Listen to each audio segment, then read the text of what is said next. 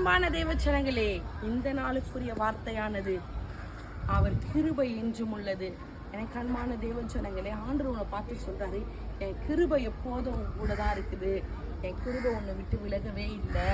அன்றைக்கு மரியாள் இயேசுவை வயிற்றில் சுமப்பதற்கு தேவைப்பட்டது கிருபை. அதனால தான் தேவதூதர் வந்தாரு, நீ தேவனிடத்துல கிருபை பெற்றாய், நீ கிருபை பெற்றவன், நீ ஸ்திரீகளுக்குள்ளே ஆசீர்வதிக்கப்பட்டவன் தேவதூதர் மூலியமா இறங்கி வந்து பேசினார்.